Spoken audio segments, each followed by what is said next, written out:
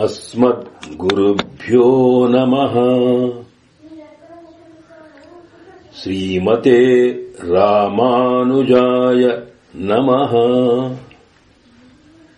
శ్రీమన్నారాయణ శరణౌ శరణం ప్రపద్యే. శ్రీమతే నారాయణాయ నమః. నీలాతుంగస్తనగిరితటీ సుప్తం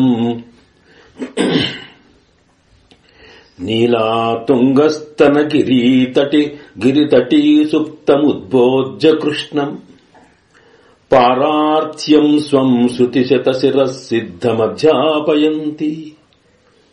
స్వోచ్ఛిష్టాయాం స్రజి నిగలితం యా బలాత్కృత్య భుంక్తే గోదా తస్యై నమ ఇదమిదం భూయ ఏవాస్తు భూయః. గోదా తస్యై నమ ఇదమిదం భూయ ఏవాస్తు భూయః. ఆండాళ్ దివ్య తిరువడిகளே శరణం. மாரிமுலை முழஞ்சில் மன்னிக் கிடந்துறங்கும். மாரிமுலை முழஞ்சில் மன்னிக் கிடந்துறங்கும் சீரிய சிங்கம் அறிவுத்து தீவிழித்து. மாரிமலை முழஞ்சில் மன்னிக் கிடந்துறங்கும் சீரிய சிங்கம் அறிவுத்து தீவிழித்து. வேறு மயிர் பொங்க எப்பாடும் பேருந்துதறி மூறி நிமிர்ந்து முறங்கி புறப்பட்டு போதருமா போலே நீ புவை புவண்ணா. உன் கோயில் நின்னு இங்கனே போந்தருளி கோப்புடைய சீரிய சிங்காசனத்திறந்து யாம் வந்த காரியமராய்ந்தருடு ஏலோரெம்பாவாயி. மாரிமலை முழஞ்சில் மன்னிக் கிடந்துறங்கும் சீரிய சிங்கம் அறிவுத்து தீவிழித்து. வேறு மயிர் பொங்க வெப்பாடும் பேருந்துதறி மூறி நிமிர்ந்து முறங்கி புறப்பட்டு போதருமா போலே நீ புவை புவண்ணா. உன் கோயில் நின்னு இங்கனே போந்தருளி கோப்புடைய சீரிய சிங்காசனத்திறந்து யாம் வந்த காரியமாராயுந்து அருளு ஏலோரெம்பாவாயி. ஆண்டாள் திவ்ய திருவடிகளே శరణం. సమస్త పరివారాయ సర్వ దివ్య మంగళ విగ్రహాయ శ్రీ భూనీళా సహితాయ శ్రీమతే నారాయణాయ నమః. శ్రీమన్నారాయణ చరణౌ శరణం ప్రపద్యే. శ్రీమతే నారాయణాయ నమః. శ్రీ లక్ష్మీ నృసింహ పరబ్రహ్మణే నమః. హరి ఓం. పరమ పూజ్య భాగవతోత్తములారా, ఈరోజు మనం మన ఆండాళ్ తల్లి కృప చేసిన తిరుప్పావై దివ్య ప్రబంధంలో 23వ పాశుర వైభవాన్ని సేవించబోతున్నాం. ఇది అద్భుతమైన తత్వాన్ని మనకు అందించడం కోసం మన ఆండాళ్ తల్లి కృప చేసిన పాశురం ఇది. సాక్షాత్తు నరసింహుడే ప్రహ్లాదుని రక్షణ కోసం, హిరణ్యకశిపుని వధించడం కోసం స్తంభం నుంచి ఉద్భవించిన అవతరించిన రీతిలో ఈనాడు నీలాదేవి భవనంలో ఏకాంతంలో వేంచేసి ఉన్న కృష్ణ భగవానుణ్ణి సింహపు ఉత్తేజమైన రూపంతో బయలుదేరి రమ్మని గోపికలు గోదామాత నాయకత్వంలో ప్రార్థిస్తూ ఉన్నారు.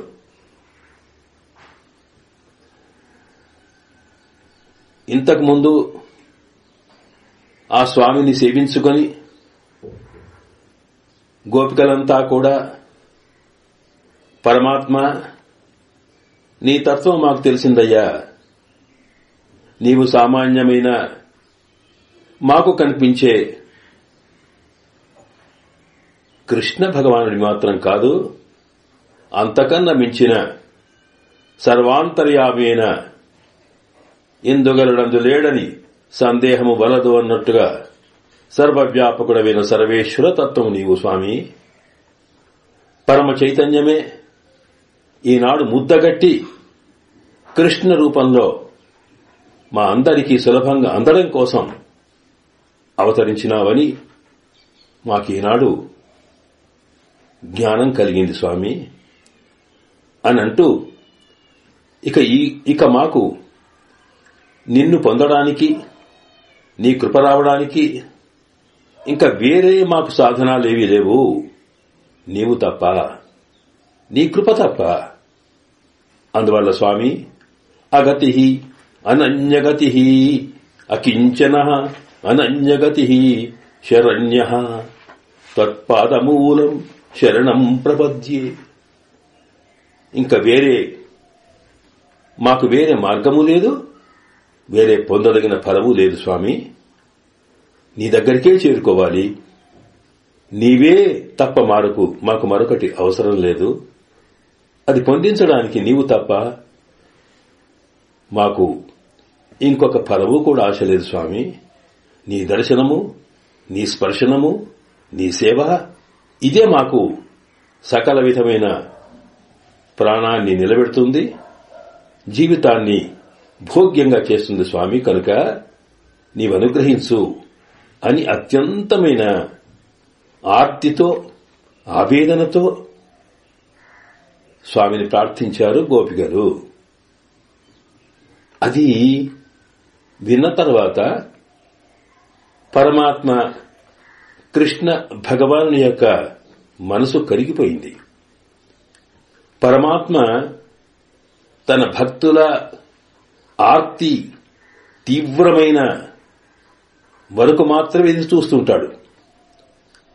ఆ ఆర్తి ఎప్పుడైతే తీవ్రమవుతుందో, ఆయనను పొందలేక తాము ఉండలేని స్థితి ఎప్పుడైతే ప్రకటిస్తారో, ఆ సందర్భంలో తాను త్వరపడతాడట. అయ్యయ్యో, ఇంతగా మిమ్మల్ని బాధ పెట్టానా? నిజానికి మీరు కృష్ణా అని పిలిచిన రోజుల్నే మీ దగ్గరికి చేరాల్సిందే. అలా కాకుండా ఇన్ని రకాల ఇంతగా శ్రమ పెట్టాను నేను. నిజానికి నాదే పొరపాటు అని అంటూ స్వామి విపరీతమైనటువంటి బాధపడతాడట. నిజానికి ఇలా పరమాత్మ భక్తుల యొక్క ఆర్తిని చూచి బాధపడతాడా అనడానికి మన పూర్వాచార్యులు పరమాత్మ రాముడిగా అవతరించినప్పుడు ఆయన తాను చేసిన తప్పును గ్రహించుకున్నప్పుడు, లేదా తనది తప్పుగా తాను భావించినప్పుడు పొందిన ఆర్తిని, బాధను ఇక్కడ పేర్కొంటారు రామాయణంలోని ఘట్టం తీసుకొని. ఇది ఎందుకు అంటే, పరమాత్మ తత్వం ఎప్పుడు కూడా మనకు సాక్షాత్తుగా తెలియదు. ఆ తత్వమంతా కూడా వేదాలలో, ఉపనిషత్తులలో ఇమిడి ఉంది. కాని అది సామాన్యుడికి అందుబాటులో ఉండడానికి వీలుండదు. కనుక వాటిని, ఆ తత్వాన్నే మన మహర్షులు ఇతిహాసాల ద్వారా, పురాణాల ద్వారా ఆ అర్థాన్ని తెలియపరిచారు. ఇతిహాస పురాణాభ్యాం వేదం సముపబ్రహ్మయేత్ అని వేదం యొక్క అర్థం మనకు స్పష్టం కావడం కోసం రామాయణమో, మహాభారతం లాంటి ఇతిహాసాలు కథల ద్వారా గాని, అందులో కూడా అర్థం కాని అంశాల్ని మరింతగా సులభంగా కథల రూపంలో చెప్పిన పురాణాల ద్వారా కాని పరమాత్మ తత్వాన్ని అర్థం చేసుకోవాలి అనేది మన పెద్దల యొక్క మాట. కనుక ఇక్కడ పరమాత్మ ఇంతగా మన ఆర్తిని చూచి బాధపడతాడా అనే అంశాన్ని రామాయణంలోని రాముని యొక్క తత్వాన్ని మనకు వివరిస్తారు వ్యాఖ్యానంలో. ఈ పాశరానికి వ్యాఖ్యానం కృప చేసిన పెద్దలు. విభీషణుడు రావణాసురుని చేత అవమానపడి ఇక తాను రావణాసుని వదిలేసి శ్రీరామచంద్రుణ్ణి ప్రపత్తి చేయడానికి శరణ వేడుతూ తాను సముద్రము లంక నుంచి వెళ్లి సముద్రం దాటి ఉత్తరం తీరమాసాద్య అంటే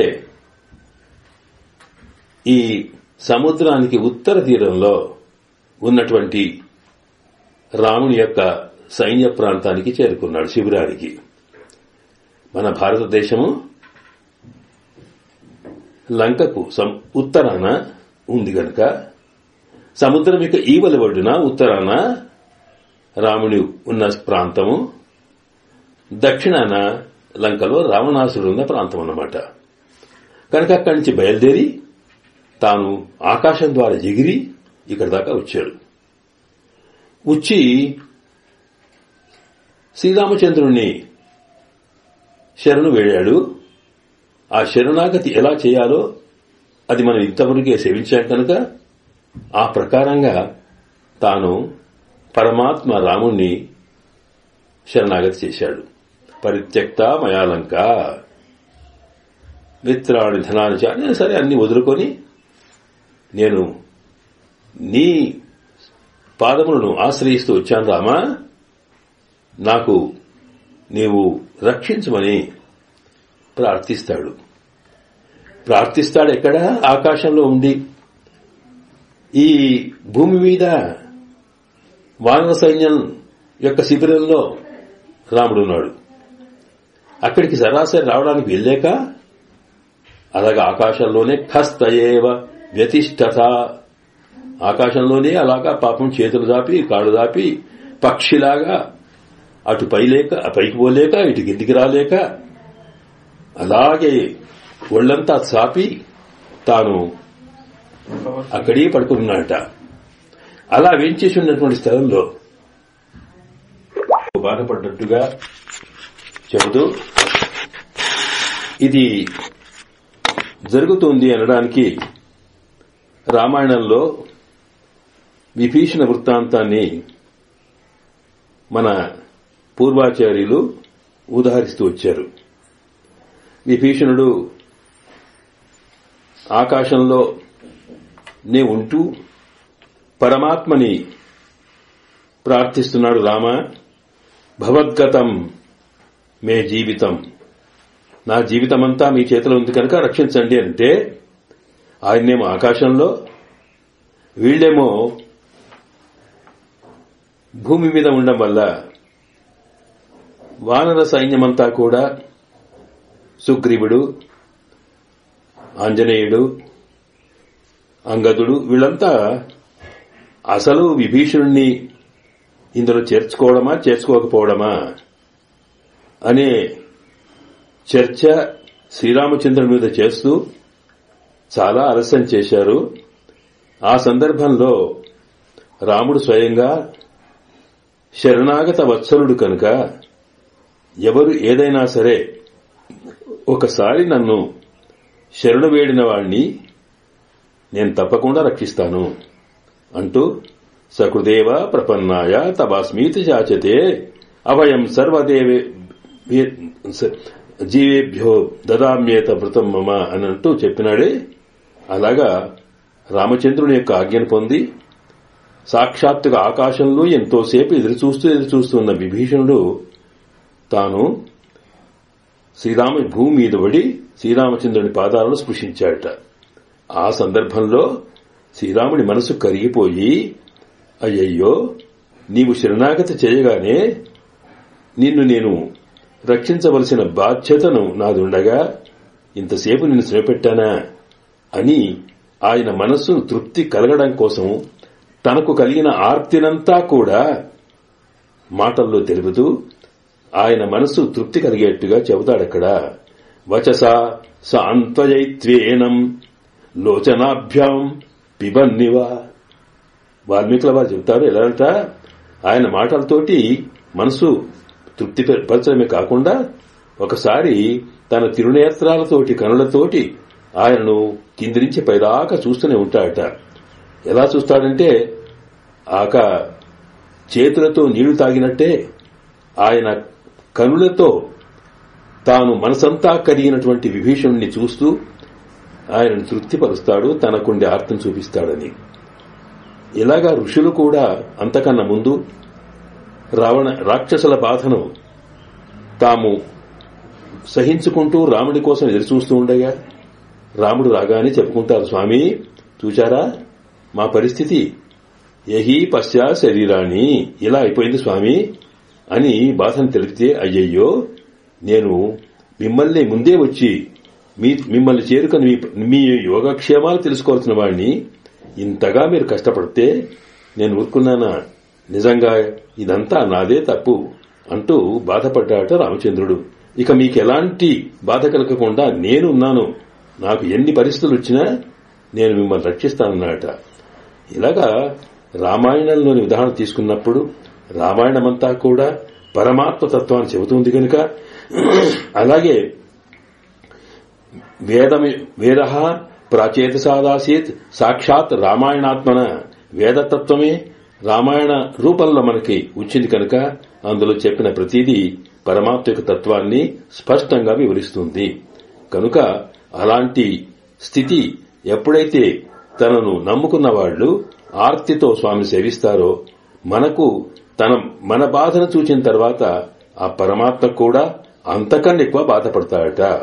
ఇది చూపిస్తే అలాగే కృష్ణుడు కూడా మీరు గతి లేని వాడమంటున్నారే, నేనున్నాను కదా అని అంటూ ఏమి చేయమంటారు, ఎక్కడికి రమ్మంటారు, ఏది చేయమంటే చేస్తానని చెప్పి తాను వాళ్లకు విధేయుడైపోయినాడనమాట. అందువల్లనే అక్కడ ముందుగా వాళ్ళు ప్రార్థించారు, స్వామి నీవు పడుకున్నటువంటి నీ సౌందర్యాన్ని మేము సేవించాము, అలాగే నీవు కన్నులు తెరుస్తూ మెల్లమెల్లగా నీవు మేలుకున్న సౌందర్యం కూడా మేము దర్శించాలి అని ప్రార్థిస్తే మనకు అంగణ్ మాంగ్యాలత్ అనేటువంటి ఆ పాసురంలో మనకు స్వామి మేలుకొన్న సౌందర్యాన్ని కూడా వాళ్లు అనుభవించారు. ఆ తర్వాత ఇంతకు అదంతా ఉండనియండి, మరి మీరేంటి దేనికోసం ఇంతగా శ్రమపడుతున్నారు, ఏం చేయమంటారు అని అడిగాడట కృష్ణ భగవానుడు. అడిగితే ఆయన లేదు స్వామి, అది నిజమే కాని మా కోరిక లేదా మా అభిప్రాయాన్ని మీకు తెలపడం కోసం ఇది కాదు. మీరేమో ఇక్కడ ఏకాంతంలో ఉన్నారు కదా, ఈ ఏకాంతంలో ఉన్నప్పుడు ఇది మేము చెప్పవలసిన అవసరం కాదు, దాని మీద మీరు వినాల్సింది కూడా కాదు అంటారు. ఏమిటి ఎందుకలాగా అంటే ఏమీ లేదు, మీరిక్కడి బయలుదేరి మీకోసం ఇదిగో ఈ భవనంలో బయట పెద్ద బ్రహ్మాండమైనటువంటి ఒక హాల్లో మేము సింహాసనాన్ని ఏర్పాటు చేశాం. ఆ సింహాసనంలోకి దేవరవారు వేంచేసి అక్కడ కూర్చున్నప్పుడు అప్పుడు మా మాటను మీకు తెలియపరుస్తామన్నారు. ఎందుకు ఇక్కడ చెప్పకూడదా అంటే, అది కాదు స్వామి, ఇది ఏమిటి శాస్త్రం చెప్పిందే, ఏకాంతంలో ఏ మాట చెప్పినా అది దాన్ని చెప్పిన వాళ్ళు నిలబెట్టుకోవచ్చు లేదా కాదనవచ్చు, దాంట్లో దోషమేమి లేదు అని శాస్త్రం చెబుతుంది. ఎందుకంటే భాగవతంలో చెప్పిందే అక్కడ వారిదాక్షులందు వైవాహికములందు ప్రాణవిత్తమాన భంగమందు బొంకవచ్చు అనేది మన వ్యాస భగవానుని యొక్క మాటనే పోతన గారు అందిస్తారు అక్కడ. అంటే ఏకాంతంలో ఉన్నప్పుడు సామాన్యంగా భర్త ఎన్ని మాటలు చెప్పినా వాటిని చెయ్యొచ్చు, చెయ్యకపోవచ్చు. అలా మాటను తప్పినప్పటికీ కూడా తద్వారా దోషమేమి లేదు. అలాగే వివాహ సందర్భంలో అబద్దాలాడైనా సరే పెళ్లి చేయాలంటారే, అదేం దోషం కాదు అంటూ ఇలాగా ప్రాణవిత్త మానభంగమందు, ప్రాణం పోయేటప్పుడు, ధనం పోయేటప్పుడు, ఇలాంటి మహాపత్తులు వచ్చినప్పుడు అబద్దం ఆడినా అది సత్య ఫలంబునిచ్చు, సత్యాన్నే ఇస్తుంది అని చెబుతారు.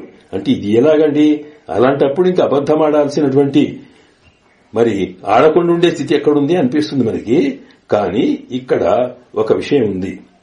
అదేంటంటే ధర్మ సూక్ష్మం. ధర్మము వేరు, ధర్మ సూక్ష్మము వేరు.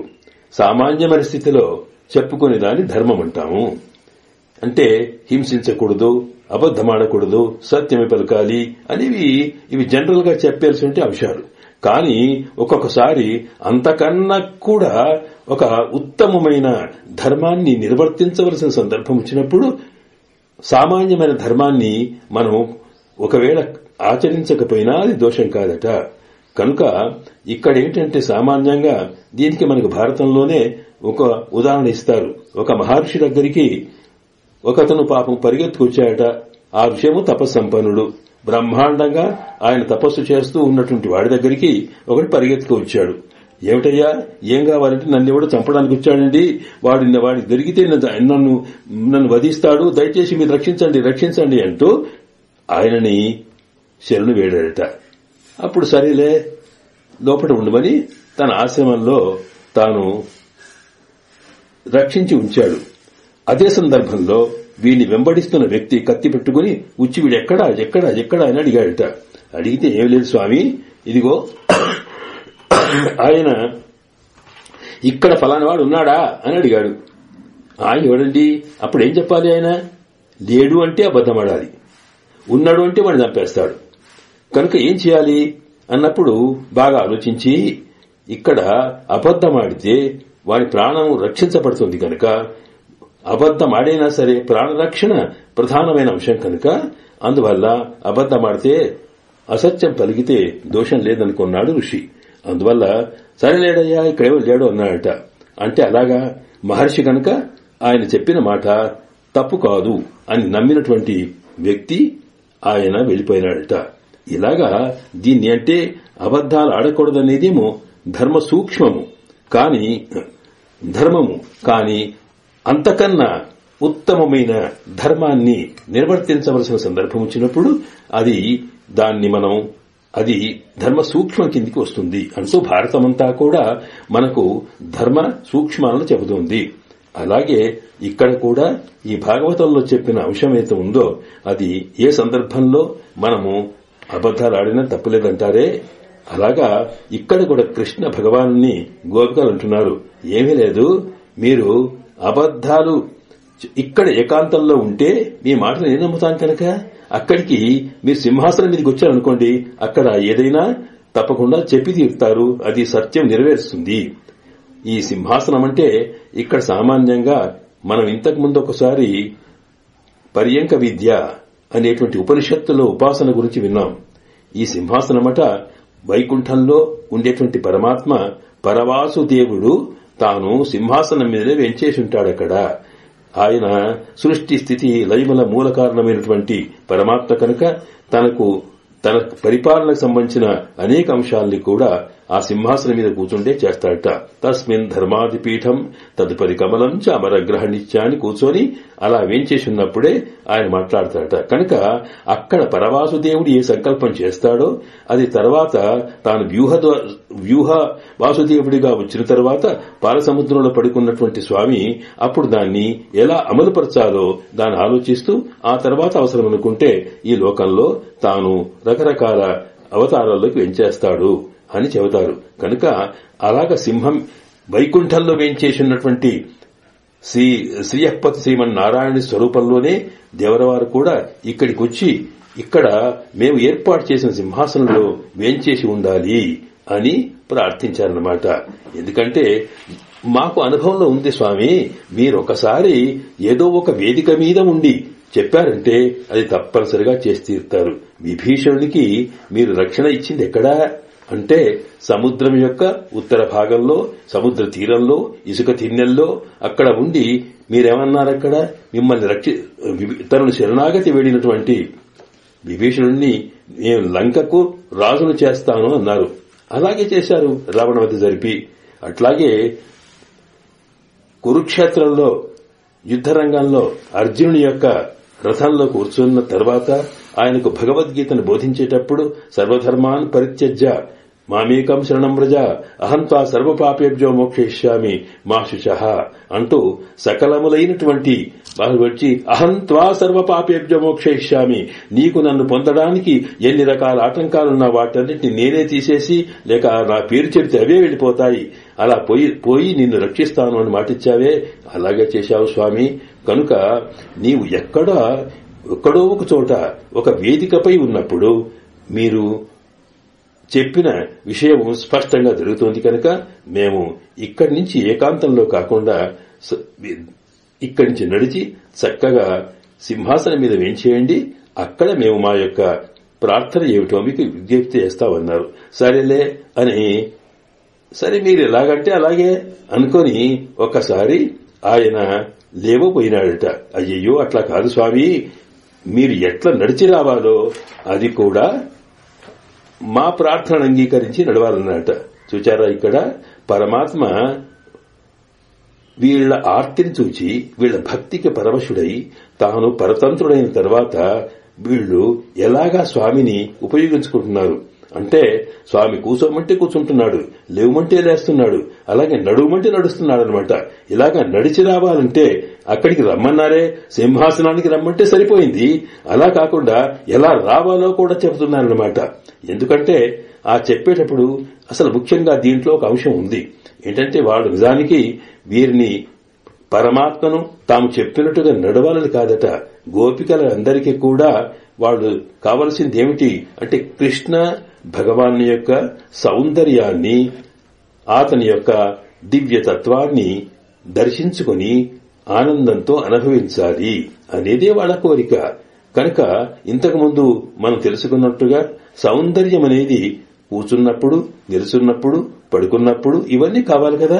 కనుక ఇప్పటిదాకా ఆ పడుకున్న సౌందర్యాన్ని వారు చూచారు, కానీ మేలుకుంటున్నప్పుడు సౌందర్యం ఎలాగో అది కూడా గమనించారు.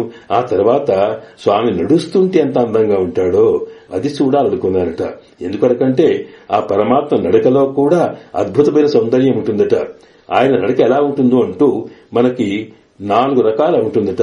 దాన్నే విష్ణు సహస్రనామంలో చతుర్వ్యూహ చతుర్గతి అంటారు. అంటే 4 రకాల నడక. ఒకటి వృషభగతి, రెండవది గజగతి, మూడవది సింహగతి, 4వది శార్దూల గతి అని. అంటే ఒక ఆంబోతు బాగా మంచి బలిసినటువంటి ఒక వృషభము, ఒక ఎద్దు నడుస్తూ ఉంటే ఎంత హుందాగా నడుస్తూ ఉంటుందో, ఒక ఏనుగా నడుస్తూ ఉంటే ఎంత గాంభీర్యంగా కనిపిస్తుందో, ఒక సింహము తాను ఉద్రేకంతో పరిగెత్తుతూ ఉంటే ఎంతటి ఒక తేజస్సు, అంటే ఒక ఎదుటివాడికి చూస్తూ ఉంటే భయం కలిగే స్థితి కలుగుతుందో, ఒక పెద్ద పులి ముందుకు నడుస్తూ ఉంటే అది దూకుతూ ఎలాగా తాను కోపంతో పరిగెత్తుతూ ఉంటే ఎంతటి భయంకర స్థితి కలుగుతుందో, అలాగే భక్తుల విషయంలో ఆనందం కలిగించే రీతిలో నడక, భక్తులకి శత్రువులైన వాళ్ళ విషయంలో తాను పులిలాగా, సింహంలాగా తాను ఒకసారి తనకుండేటువంటి శక్తినంతా చూపిస్తూ నడుస్తుంటాడట. కనుక అలాంటి నడకలు మన రాముడిలో ఉన్నట్టుగా రామాయణం చూపిస్తూ ఉంది. అలాగే కృష్ణుల్లో కూడా అలాంటి నడకనే ఉందట. అసలు రాముడు కృష్ణుడేమిటి, పరమాత్మ ఎక్కడ నడిచినా ఆ నడకలో ఒక సౌందర్యం ఉంటుందట.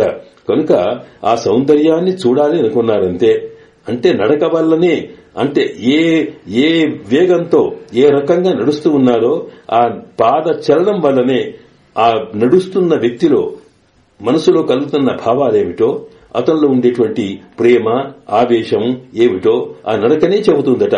కనుక ఆ స్వామి భక్తుల రక్షణ కోసం వచ్చేటప్పుడు ఏమి నడక, అతనిలో ఉండే త్వర ఎలా ఉంటుంది, అలాగే శత్రువులు ఎదిరించుకున్నప్పుడు ఎలా ఉంటుందో చూపిస్తారనమాట. కనుక అదంతా కూడా తాము కృష్ణ భగవాను ద్వారా భగవతత్వాన్ని, భగవంతుని యొక్క సౌందర్యంతో పాటు అందులో ఉన్న తత్వాన్ని దర్శించుకోవడం కోసం స్వామి మీరిక్కడ ఈ ఏకాంత గది నుండి అక్కడికి సింహాసనకు వేయించేయమని ప్రార్థించారట. సరే అన్నది. ఎలా రావాలి అన్నప్పుడు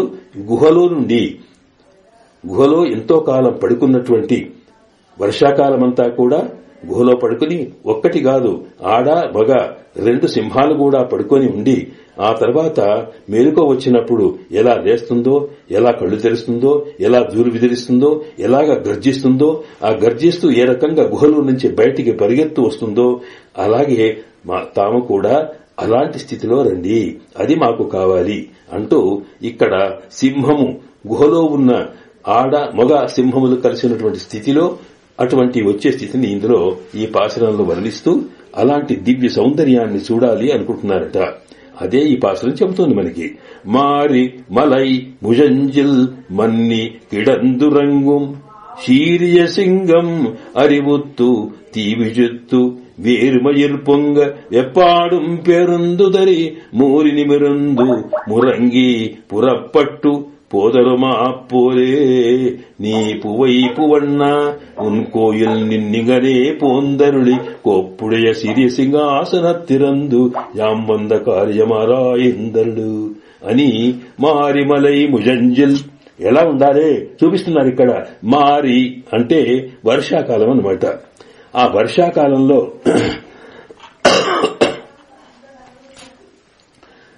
మారి అంటే వర్షాకాలము. వర్షాకాలము 4 నెలలు కూడా ప్రకృతి ఎట్లా ఉంటుందో ఇక్కడ చూపిస్తున్నారన్నమాట. అంటే సామాన్యంగా వర్షాకాలములో విపరీతమైనటువంటి వర్షాలు పడితే ఆ వర్షాల్లో ఎవరు కూడా బయటికి వెళ్లి తమ పనులు చేసుకోవడానికి వీలుండదు. సాధారణంగా సన్యాసులైన వారు లేక వాళ్ళు తమ వర్ణాశ్రమ ధర్మాల్ని చేయవలసినటువంటి మిగతా వాళ్ళు కూడా ఈ 4 నెలలు ఏం చేస్తారో కూడా చెబుతారు. సన్యాసులైన వాళ్లేమో ప్రపంచమంతా తిరిగి దేశాన్ని పర్యటన చేసి లోకానికంతా ధర్మ ప్రబోధ చేయవలసిన వాళ్లు కూడా వర్షానికి బయటకు పోలేక తమ ఆశ్రమాల్లో ఉండి తాము చాతుర్మాస్య దీక్ష చేస్తూ ఉంటారు.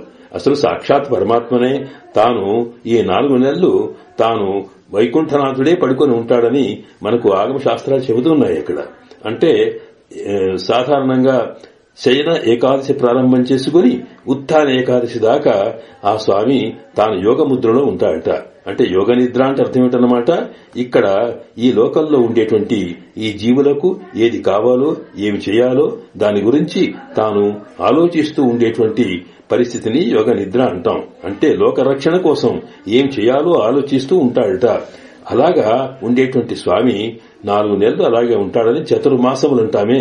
ఆ స్వామి ఎప్పుడైతే తన ఆలోచనలు తానుంటాడో, ఎప్పుడైతే పరమాత్మ యొక్క పరమ చైతన్యమంతా కూడా ప్రకృతిలో నిండిన చైతన్యం కూడా అది సుసుప్త దశలో ఉంటుందో, అంటే బాగా వికసించకుండా ఉంటుందో, అటువంటి స్థితిలో ప్రపంచంలో ఉండే వాళ్లంతా కూడా వాళ్ళు తమ ధర్మాల్ని కూడా తమ చేయాల్సిన పనులను కూడా సామాన్యంగా మానుకొని లోపటే ఉంటారట.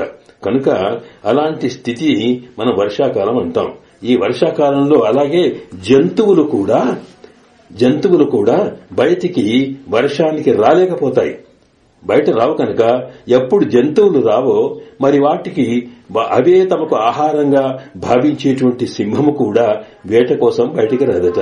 కనుక ఆ సందర్భంలో తన గుహలోనే సింహము ఆడసింహము కలిసి అక్కడే నిద్రపోయి ఉంటాయట. ఇది వర్షాకాలం కారణంగా. కనుక వర్షాకాలంలో సంవత్సరంలో ఉండేటువంటి ఒక సంవత్సరంలో వర్షాకాలపు 4 నెలలు సామాన్యంగా పనులేవి ఉండవు. క్షత్రియులైన వాళ్లు వాస్తవానికి ఇతర చోట యుద్ధం చేయవలసిన వాళ్లు కూడా యుద్ధాలకు వెళ్లేవాళ్లు లేకపోతే దేశ పర్యటన చేసేవాళ్లు అలాంటి వాళ్లు కూడా తాము వర్ష కారణంగా బయటకు పోకుండా తమ రాజధానికే పరిమితమై ఉంటారట. అందువల్లనే మన ఆచారాల్లో మనము వర్షాకాలమంతా గడిచిన తర్వాత వర్ష ఋతువు తర్వాత మనకు శరత్కాలం వచ్చినప్పుడే అప్పుడు విజయదశమి కన్నా పూర్వంలో వర్షాలు వెనుకపడ్డ తర్వాత ఆ రోజు నవమి రోజున ఆయుధ పూజ చేసి అప్పుడు విజయదశమి అంటే విజయం కోసము వాళ్ళు బయలుదేరతారన్నది మనకు కనిపిస్తూనే ఉంది కదా. కనుక ఇదంతా కారణం ఏంటంటే వర్షాకాలంలో ప్రకృతిలో ఉండే ప్రతి వస్తువు కూడా స్తబ్దమై ఉంటుంది. జంతువులన్నీ ఎక్కడెక్కడే ఆగిపోయి ఉంటాయి. అలాగే వివిధ వర్ణాశ్రమ ధర్మాల్ని ఆచరించే వాళ్లు కూడా తమ పరిధిలోనే ఉంటారు. కనుక అదంతా కూడా ఇది ప్రకృతి ప్రపంచం అలాగే అందరూ నిద్రపోయేటువంటి స్థితి కనిపిస్తుంది. కనుక ఇక్కడ కూడా ఈ సింహం ఎలాగైతే తాను ఆ గుహలో ఉన్న పడుకొని ఉంటుందో అలాగా నువ్వు ఇప్పటిదాకా ఉన్నావు స్వామి అన్నమాట. అంటే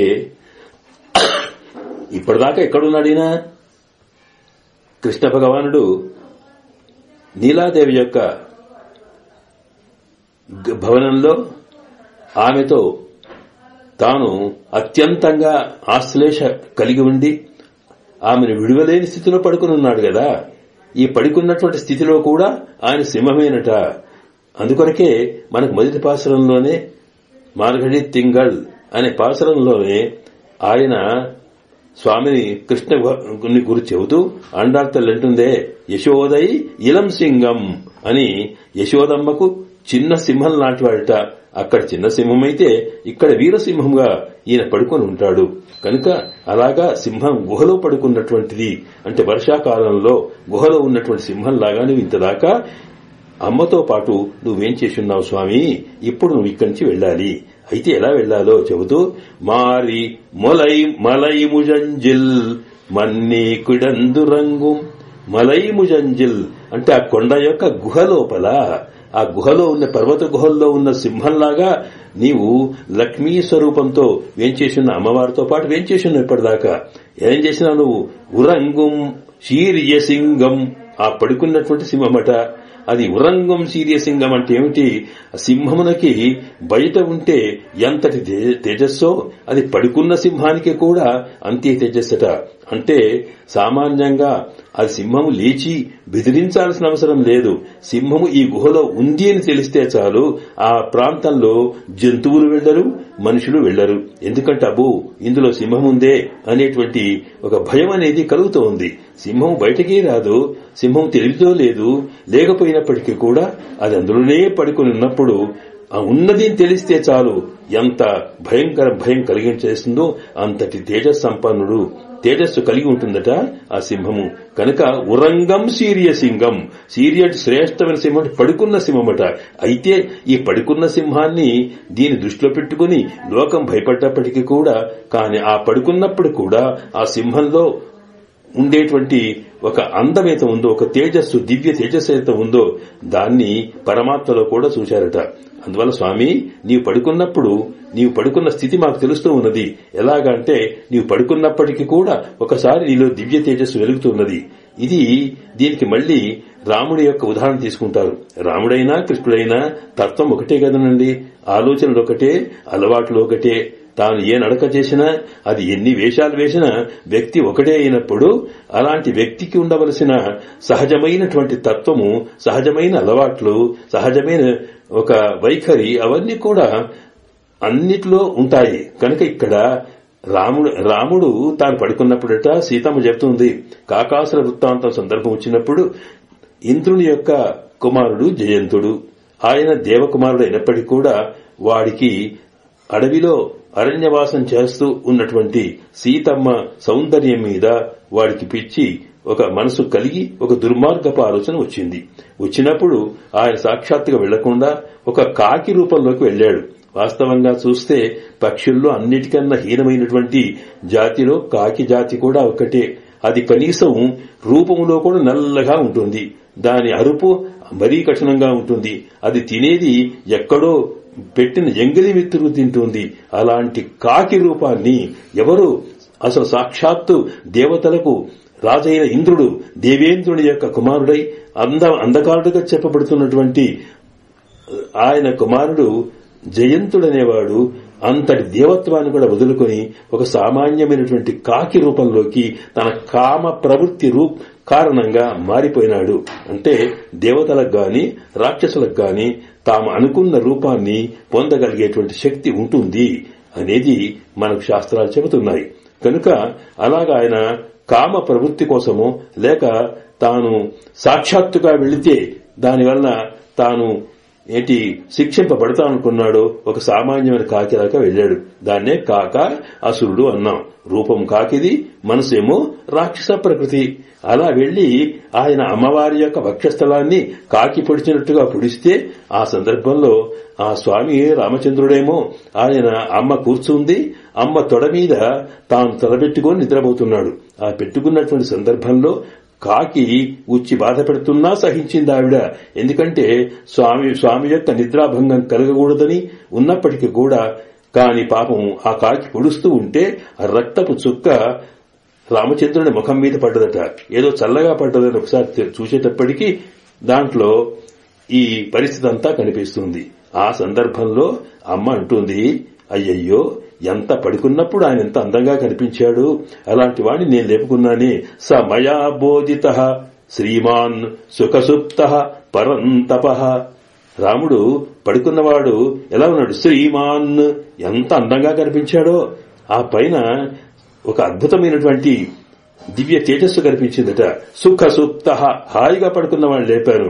కానీ ఆ పడుకున్నప్పుడు కూడా ఎట్లా కనిపించిందంటే పరంతప. పరం అంటే శత్రువులను తప్పింపచేస్తున్నట్టుగా. అంటే ఆయనను చూస్తే చాలు, ఇక్కడ పడుకున్నాడంటే చాలు శత్రువులు గడగడలాడేంతటి ఒక దివ్య తేజస్సు శ్రీరామచంద్రుని యొక్క తిరుముఖ మండలం మీద కనిపించిందట. కనుక అలాంటి వాడిని నేను లేపానే.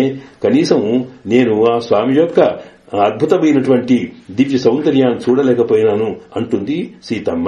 అంటే అలాగా పడుకున్నప్పుడు ఉన్నటువంటి సౌందర్యంతో పాటు పడుకున్నప్పటికీ కూడా పరమాత్మలో ఉండే దివ్య తేజస్సు శత్రులైన వాళ్ళను భయపెట్టగలిగేటువంటి స్థితి కలిగి ఉంటుందట. అందువల్ల అలాంటిదే ఇక్కడ కృష్ణుల్లో కూడా కనిపిస్తుంది. కనుక కృష్ణ, నీవు ఆ పడుకున్న సింహం ఎలాగా పడుకున్న దాని మీద ఒక పౌరుషము, ఒక విధమైనటువంటి తేజస్సు కనిపిస్తుంటే జంతువులను భయపడతాయో అలాగే నువ్వు పడుకున్నావు స్వామి. అట్లాగే ఒకసారి నువ్వు మేలుకో అని అంటూ మలై ముజంజిల్ మన్ని కిడందురంగుం శీర్య సింగం అరివొత్తు తీవిజుత్తు. ఒకసారి అరివొత్తు అంటే ఒకసారి తెలివి తెచ్చుకుంటుంది. తెచ్చి లేచట తీవిజుత్తు అంటే అటు ఇటు కన్నులు పెట్టి చూస్తున్నట. ఆ నిద్రలో ఉన్నటువంటి కన్నులు ఎర్రబడతాయి. అలాగే అక్కడి దాకా ఆకలితో ఉన్న కన్నులు లాంటివి గనుక అవి ఎర్రబడతాయట.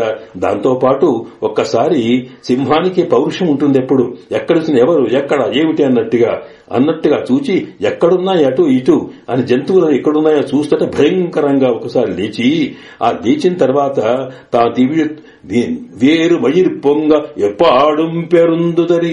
ఆ వెంట్రుకలన్నీ కూడా ఆయన సహజంగానే సింహంలో ఒక విధమైనటువంటి ఒక వాసన కలిగి ఉంటుందట.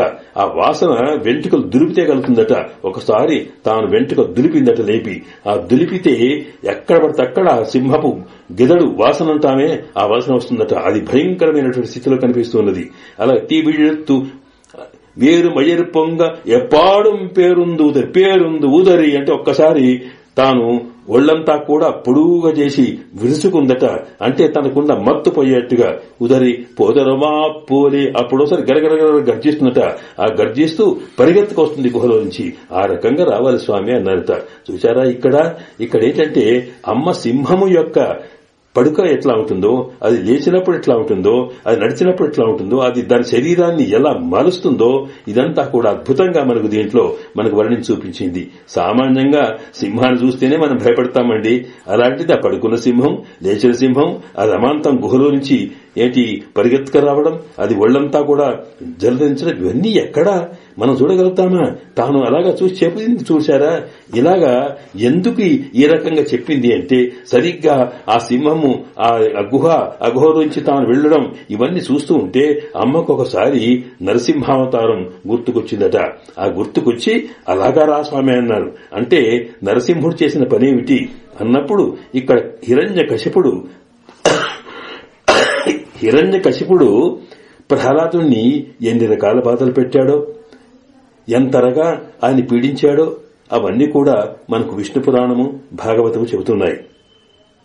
కన్న తండ్రి అయినప్పటికీ కూడా ఆ సామాన్యమైనటువంటి చిన్న 5 ఏళ్ల పిల్లవాడట.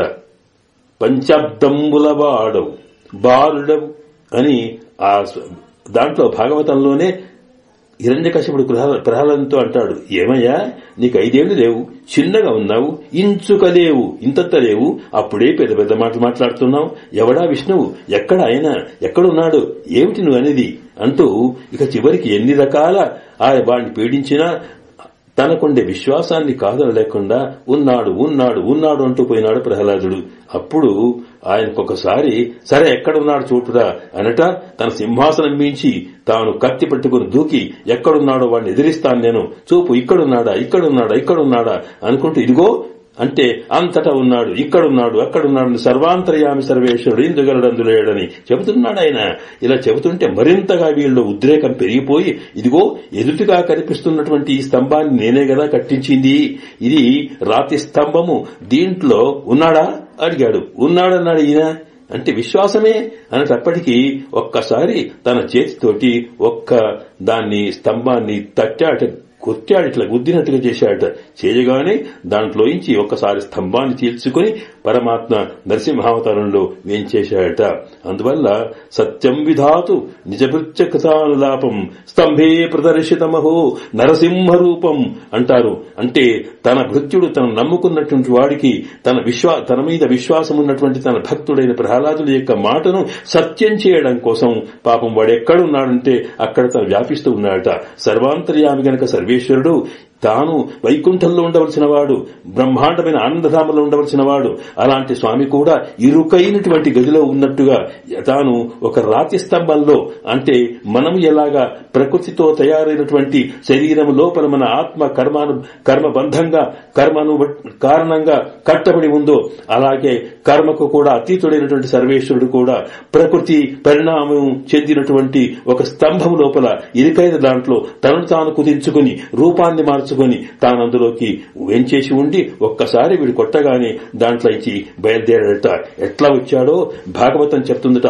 ఆయన ఒకవేళ ఉద్రేకంలో ఉన్నాడు, తన భక్తునికి కలిగినటువంటి బాధను ఎంతసేపటి నుంచో గమనిస్తున్నాడు. ఆయన సర్వజ్ఞుడు కదా, సర్వాంతర్యామి కదా, ఆయనకు తెలియని విషయం అంటూ లేదు కనుక తాను ఒకసారి బ్రహ్మాండని ఆలోచిస్తుంటే ఉద్రేకం పెరుగుతూ ఉంది, ఒళ్లంతా వణికిపోతూ ఉంది.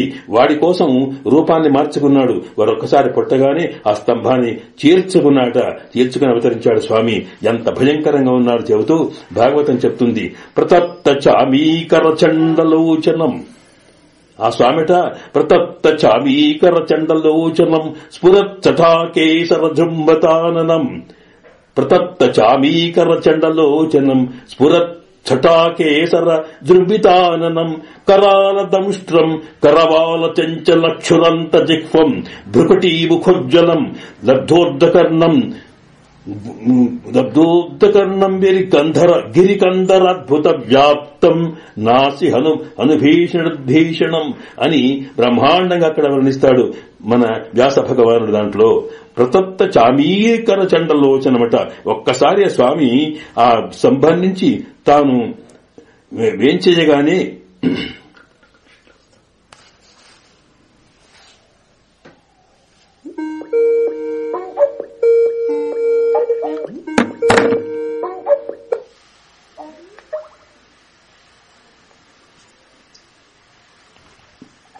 చేస్తున్నారన్న. ఇప్పుడు ఆ శ్లోకం తర్వాత భాగంతో ప్రారంభించండి.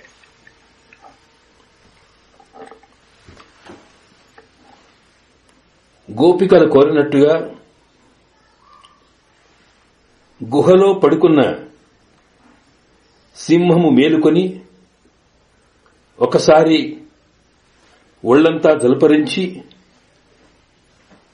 ఎర్రని నేత్రాలతో భయంకరంగా గర్జిస్తూ తాను పరిగెత్తుకొచ్చినట్టుగా సింహగతితో రమ్మని వారు కోరితే కృష్ణుడు దాన్ని సేవించే సందర్భాన్ని గోదామ తల్లి ఆ అవకాశాన్ని నృసింహ అవతార వైభవాన్ని తాను మనసులో భావించుకుని తాను దర్శించుకున్నది.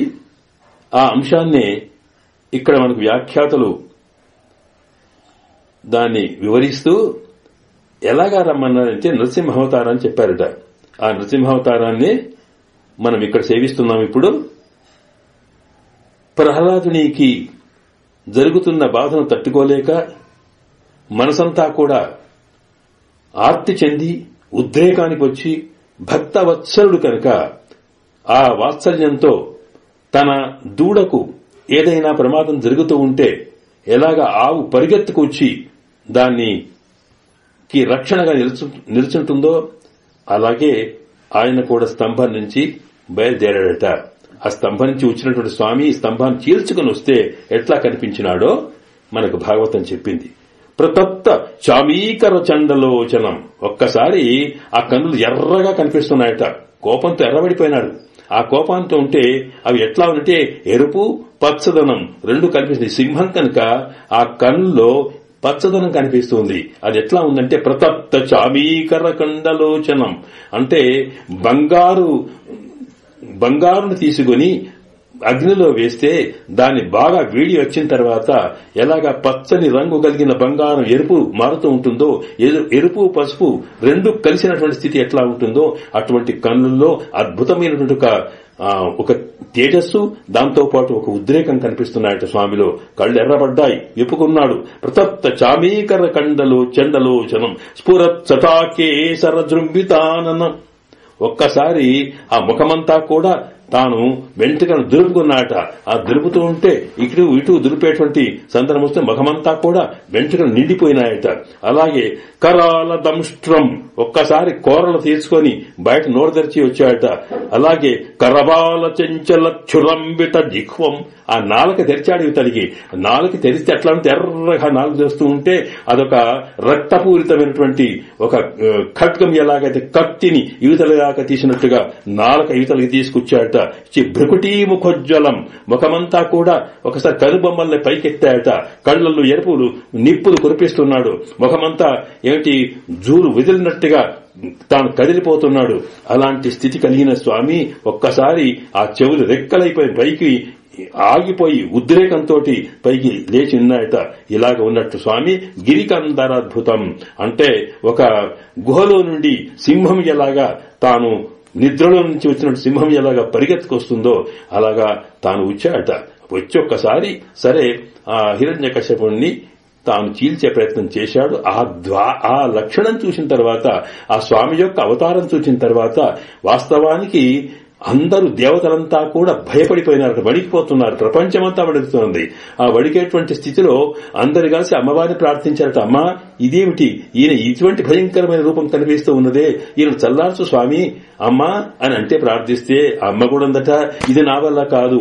ఆ వక్షస్థలంలో వేంచేసి ఉన్నటువంటి ఆ అమ్మవారు కూడా అమాంతంగా యువతలకు దుంకిదట పక్కకు. ఏమైపోయింది ఇక్కడ స్వామి, ఏమిటి ఇలా కనిపిస్తున్నాడని అలా చూస్తూ ఉంటే చిట్ట చివరికి అమ్మ కూడా వణికేటువంటి స్థితి కనిపించినప్పుడు అంతటి కోపాన్ని తన హిరణ్యకశిపుడి మీద చూపిస్తున్నాడు నరసింహ అవతారంలో స్వామి.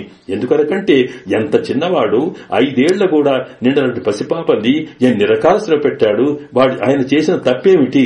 కేవలం సర్వేశ్వరుడు నారాయణుడే అన్నట్టుగా సర్వమున్నతని దివ్య కళామయ మనసు విష్ణునందులము చేర్చినాడు. అంతా పరమాత్మ అనే భావన కలిగినందుకేనా, తండ్రిని తాను రాజుగా చెప్పనందుకేనా ఇంత చేస్తాడే, వీడికి శిక్షిస్తానన్న స్థితిలో ఉద్రేకంలో వచ్చాడట. ఆ చూస్తూ ఉంటే లక్ష్మీ అమ్మవారు కూడా తాను భయపడిపోయి పక్కకు పోయిందట. పోయితే ఆ స్థితిలో అప్పుడు అందరూ ప్రహ్లాదుని ప్రార్థిస్తే స్వామి నీవి అని అప్పుడు ప్రహ్లాదుడు వెళ్లి ఉపసంహర ఇటువంటి స్వామి నన్ను క్షమించు, ఇది నువ్వు చెప్పమని భక్తితో ప్రహ్లాదుడు సేవిస్తే ప్రహ్లాదుని దగ్గరికి తీసుకుని తన తొడ మీద కూర్చోపెట్టుకున్నాడట నరసింహస్వామి.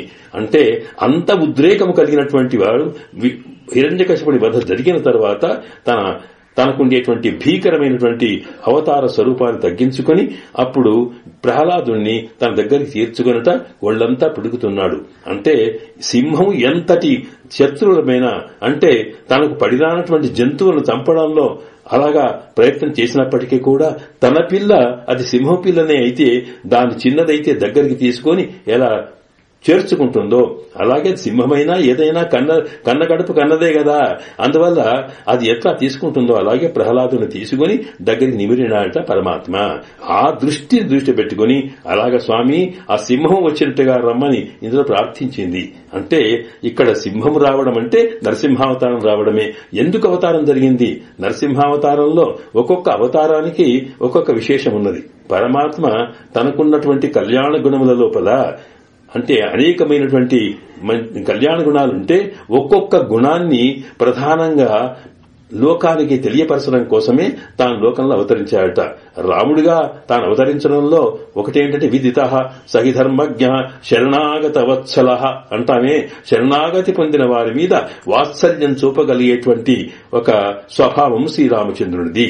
పరమాత్మ తనను ఎవరైతే శరణు వేడతారో అలాంటి వాళ్ల మీద తాను మాతృవాత్సల్యాన్ని చూపిస్తాడు పరమాత్మ అని చెప్పడం కోసం శ్రీరామచంద్రుడు మొత్తము శరణాగత స్వరూపాన్ని చూపించారు రామాయణమంతా. అలాగే కృష్ణ అవతారం వచ్చినప్పటికీ కృష్ణునికి ఆయనకి ఆశ్రిత వ్యామోహం ఎక్కువ. అంటే తనను చేరుకున్న వారిని తనను ప్రపత్తి చేసిన వారు ఎవరైతే ఉంటారో వాళ్ళది పిచ్చి ప్రేమనట. ఇప్పుడు చూస్తున్నామే గోపికల మీద ఎంత ప్రేమనో. కనుక రాముడు సామాన్యంగా ప్రేమ చూపితే ఈయనకి పిచ్చి ప్రేమ. పిచ్చి ప్రేమ అంటే ఏది చేయమంటే అది చేస్తాడు. ఎందుకని తనను తాను మర్చిపోయేటువంటి స్థితి అన్నమాట.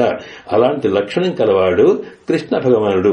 అంటే పరమాత్మకి పిచ్చి తన భక్తుల మీద ఆశ్రిత వ్యామోహం ఎక్కువ అని చూపడం కోసం కృష్ణావతారం వస్తుంది. అలాగే నరసింహావతారం కూడా స్వామికి వాత్సల్యము, తను నమ్ముకున్న వారి మీద దాని మీద ఒక తనను కన్నటువంటి తాను ఈనినటువంటి ఒక దూడ మీద ఒక ఆవుకు ఎంతటి ప్రేమ ఉంటుందో దాని రక్షణ కోసం ఎన్ని రకాలు తెగిస్తుందో అలాగే ఈ స్వామి కూడా అలా చేస్తాడు చెప్పడం కోసం ప్రహ్లాదుని రక్షణ కోసం అవతరించాడే. కనుక స్వామి నీవు ఇలాగా మారి మొలై ముజంజల్ మన్ని కిడం దురంగం శీర్య సింగం అలా ఎలా వచ్చిందో అలాగా నీవు రమ్మన్నారు. అంటే దానివల్ల నడక యొక్క సౌందర్యాన్ని, సింహగతిని, వృషభగతిని వాటిని దర్శించడమే కాకుండా ఇక్కడ లోకంలోకి వచ్చిన తర్వాత సామాన్యమైనటువంటి భక్తులు ఎవరైతే ఉంటారో వాళ్ల మీద వాత్సల్యం చూపడం కోసం, అలాగే మరి ఎవరైతే పరమాత్మ తత్వం లేదంటారో లేదా భగవంతుని విశ్వసించిన వాళ్ళు కంసుడు లాంటి వారు ఎవరైతే ఉంటారో భాగవత దోషం చేసేవాళ్ళు ఉంటారో వాళ్ళంతా పరమాత్మకు శత్రువుడు కనుక వాళ్ళని శిక్షించడం కోసం అవతార రూపంలో రావాలి అన్నట్టుగా తాను చూపిస్తూ ఇక్కడ సింహంలో రమ్మని ప్రార్థించారన్నమాట. అందువల్ల వర్షాకాలంలో ఆడసింహంతో కూడి ఒంటరిగా తాను నిద్రలో పడుకొని ఉండి తర్వాత మేలుక వచ్చినప్పుడు ఎలాగా తాను లేచి తాను గర్జిస్తూ వస్తుందో అలాగే రమ్మని ప్రార్థించారు. అక్కడ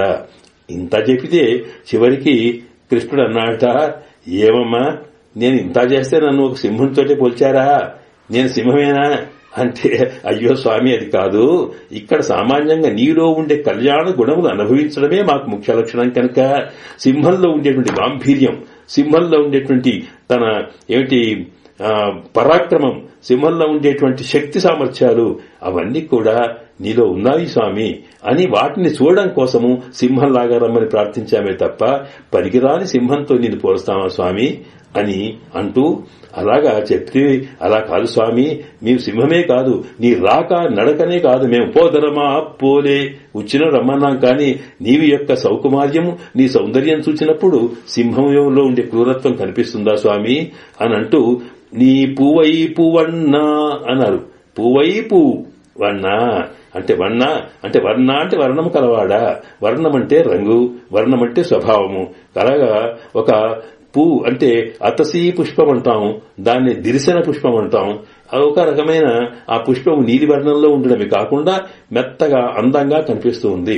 అలాగా అలాంటి పుష్పము లాంటి చక్కని సౌందర్యంతో పాటు మృదుత్వము కలిగిన సుకుమారము మృదులము అయినటువంటి నీ యొక్క తిరిమేనుందే దాన్ని మేము సేవిస్తూ ఉన్నాం. అటువంటి స్వామి అలా కాకుండా దాని స్వభావం నీలో ఉంది. పుష్పము ఎలాగా కమ్మని వాసనలు చల్లి లోకాన్ని ఆనందింపచేస్తుందో అలాగే నీ యొక్క దివ్య దర్శనము ద్వారా నీ సౌందర్యం యొక్క అనుభవింపజేయడం ద్వారా మమ్మల్ని నువ్వు ఆనందింపచేయగలిగే స్వభావం కలవాడి స్వామి. కనుక సింహం లాంటి గాంభీర్యం, సింహం లాంటి పరాక్రమం, శత్రువుల విషయంలో ఎదుర్కోగలిగేటువంటి పరాక్రమం, ఇవన్నీతో పాటు అలాగే భక్తులకి ఆనందాన్ని కలగజేసేటువంటి సౌకుమార్యం, సౌందర్యం, లావణ్యం కలిగినటువంటి తిరిమేలు కలిగినటువంటి స్వామి అని, అలాంటి స్వామి మీరిక్కడ కాకుండా ఇక్కడి నుంచి బయలుదేరి ఇల్లుచి ఈ గుహలో నుంచి వచ్చిన సింహంలాగా ఇక్కడ నీలాదేవి యొక్క భవనం నుంచి రమ్మని చెప్పి ప్రార్థిస్తున్నారు. నీ పువ్వ ఈ పువ్వన్నా కోయిల్ నిన్ను ఇంగనే పోందరళి కోయిల్ నిన్ను అంటే నీవు వేంచేసున్న ఈ భవనం నుండి ఒకసారి పోందరళి వేంచేసి అక్కడికి వచ్చినటువంటి కోయిలిన్ ఇంగనే పోందరడి కోప్పుడియ సీరియసింగాసిరత్తిరుందు కోప్పుడయ అంటే అందమైనటువంటి చాలా విశిష్టమైనటువంటి ఒక అందమైనటువంటి ఒక సింహాసనం ఏర్పాటు చేశాము. దాని మీద వచ్చి ఏం చేసి ఉంటే అప్పుడు వచ్చి మాకుండేది యాంబంద కార్యమారాయిందరులు యాంబంద కార్యం మేమెందుకు వచ్చామో మా కథేమిటో అప్పుడు మీరు తెలుసుకొచ్చా అడగండి మేము చెబుదాం. ఆరాయందరులు ఎందుకంటే నలుండి కృప చేయడం అంటే మేము చెప్పడం కాదు, మీరు తెలుసుకోవాలి మా సంగతి ఏమిటి, మేము ఎక్కడి నుంచి వచ్చాము, నీ కొరకు ఎన్ని శ్రమలు పడ్డాము, ఇదంతా కూడా మీరు మాకు తెలుసుకుని విచారించి ఏం చేయాలో చెప్పండి. అక్కడికి వచ్చి కూర్చున్న తర్వాత మేము ప్రార్థిస్తాము అంటూ ఇందులో నుంచి గుహలో పడుకున్న సింహంలాగా ఏం చేయమని చెప్పి ఆ పరమాత్మ యొక్క నడక సౌందర్యాన్ని అనుభవించడం కోసం, తర్వాత ఆ పరమాత్మను సేవించడం అనేది కూర్చున్నప్పుడు సింహాసనం మీద కూర్చుంటే ఎట్లా ఉంటాడు అది కూడా తాము అనుభవించాలని ఉద్దేశంతో పడక గదిలో పడుకున్నాడు. ఇలా కాకుండా ఒక ప్రత్యేకమైనటువంటి సింహాసనం మీద అంటే లోకాన్ని ఏలగలిగేటువంటి సర్వేశ్వరుడు కూర్చుంటే ఎట్లా ఉంటాడో అది సేవించాలని, ఎందుకంటే వైకుంఠంలో ఉన్నటువంటి పరమాత్మ ధర్మపీఠం మీద ఉన్నాడని, తస్మిన్ ధర్మాదిపీఠమని అక్కడే ఉండి తాను పరిపాలన సాగిస్తున్నాడు అంటారే, అది కూడా మాకు ఇక్కడ సాక్షాత్కరించాలి నీ అవతారంలో, అందుకొరకు నీవు సింహాసనం ఏం చేయమని ప్రార్థించారట. ఇలా ప్రార్థించినటువంటి స్థితిని దృష్టి పెట్టుకుని ఆ స్వామి ఒక్కడి నుంచి అందులోంచి వెళ్లి ఇక్కడ దాకా రావడానికి ప్రయత్నం చేస్తున్నాడు. ఇంకా సింహాసనం మీదకి చేరతాడట. అలాగా వాళ్ళు అంటే భక్తులు ఎలా చెబితే అలా నడుచుకునేటువంటి పరతంత్రుడు అవుతాడు పరమాత్మ వారి యొక్క భక్తి ఆర్తికి అని ఇందులో చెబుతూ ఇక్కడ పరమాత్మను సింహాసనం మీద తెచ్చే ప్రయత్నం చేశారట. ఇది దాంట్లో ఉండేటువంటి సామాన్యమైన విషయం. అయితే దీంట్లో ఒక అద్భుతమైన తత్వం కూడా ఇమిడి ఉంది.